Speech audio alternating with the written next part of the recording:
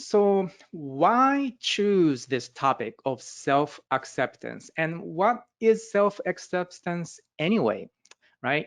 And how does it relate to your horoscope? Um, I think it's important to bring this down to an emotional level because it's an emotional discussion when we talk about self-acceptance. What do I mean? So when you look at this, I picked this photo of this cute toddler, right? And then when you see him in this photo, then I think most of you will feel a certain sense of warm acceptance or love toward this child. He is perfect and adorable, right? And then so you have this natural sense of acceptance. It doesn't have anything to do with who he is or what he did or none of that, right? There's a sense of unconditional acceptance that comes from your emotional layer, right? And then so that's what we are talking about when we discuss self-acceptance. If we swapped this photo with your own photo, with your own picture, how would this change your emotional experience right now? Do something different start to creep in? Like, maybe there's a sense of criticism, or maybe I am not this, or maybe I'm not enough of that. So that's what we are talking about. And astrology can be very helpful when we are talking about this topic, but also it can actually discourage or even harm some people based on the way you apply it. So that's also something I wanted to address because many of you are astrologers or very well-versed students of astrology. But again, it's how do you use it? How are you using it right now? So to define this, self-acceptance is about having a healthy relationship with yourself. It is the foundation of self-confidence and your ability to believe in yourself. And so without that sense of self-acceptance, then the feeling is you are at war with yourself. There is tension within you that you have against yourself almost, whether it's conscious or unconscious. And then that makes self-confidence difficult to achieve. That makes self-belief difficult to achieve. So the horoscope can reveal internal tension that make self-acceptance challenging. Astrology used wisely can play a powerful role in restoring your relationship with yourself. Astrology, when it's not used wisely, can do the opposite. So this is something I wanted to talk about before we get into the horoscope interpretation. How do you use your horoscope right now? Your horoscope can be used as a tool for self-discovery, personal growth, and restoring your connection to yourself and your intuition.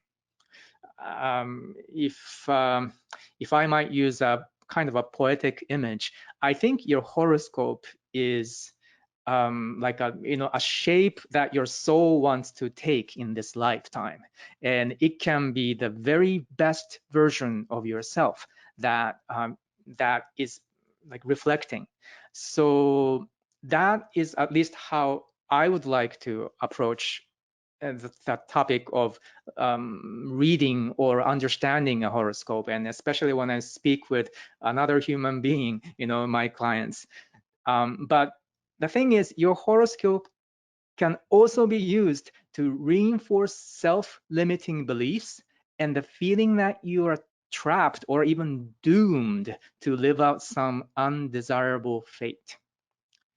And especially when you look at some older astrology texts, they have pretty definite language being used that says this is bad, this is afflicted, or this is an affliction, right? And then so you get this sense that, wow, am I, especially if you already have a negative story running in your mind that my life is so difficult, and then maybe is it always going to stay this way, right? So actually, I mean, I receive quite a few people that come to me almost like seeking a second opinion because their previous astrologer have told them how terrible their horoscope is. And then it that doesn't leave your mind, right? It kind of leaves a mark. It's almost traumatic to be given that pronouncement, because people that come to astrologers, they're coming to see you almost like seeking an oracle. They are looking deeply into themselves, and then they're in this receptive space where they're ready to receive what you're going to say, because that's how much credit is that's given to astrology and the astrologer who is supposed to be giving this message from the universe. So you have a tremendous capacity to do good, but also this ability to do harm. Good. It's good to realize that if you are a professional astrologer, and even if you are just student learning for your own sake, just know that there are these different ways of approaching your horoscope, and I recommend the former way, not the latter way. So 3 self-damaging thoughts, myths disguised as truths in astrology. This is to kind of distinguish the um, uh, rules that you're often taught in more traditional or rule-based astrology, and then switching the way you approach that to a more humanistic, personal growth-oriented way of looking at your horoscope. So myth number 1, horoscope defines your personality. You might be a little bit surprised by this statement, that because if you look at newspapers, sun sign astrologies, they all say, well, it's a personality type. If you are a Leo, you have a certain personality. You like the limelight. You are more, you want to be in the center stage. If you're an Aries, you're supposed to be competitive or something like that, right? And then gradually you feel a little bit like, but that's not really me. That doesn't describe who I am. And then even when you start getting into the more fine details of your horoscope, moon sign, ascendant sign, whatever else, you have houses and aspects, still, you get the sense that, okay, some of this makes sense, but then it doesn't really capture who I am. So I have a few questions that you'd like to think about. Are you the same person that you were 10 years ago?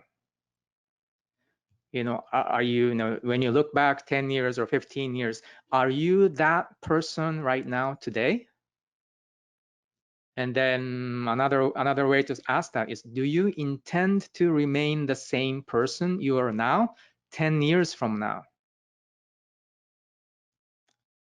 I have some clients that have had, let's say, a felony on their record, or maybe they were addicted to drugs or alcohol, but they're not the same person. By the time they come to me, it's a very different story. It's like, their lives have changed along the way, and that person, they say, no longer exists. So how do you explain that?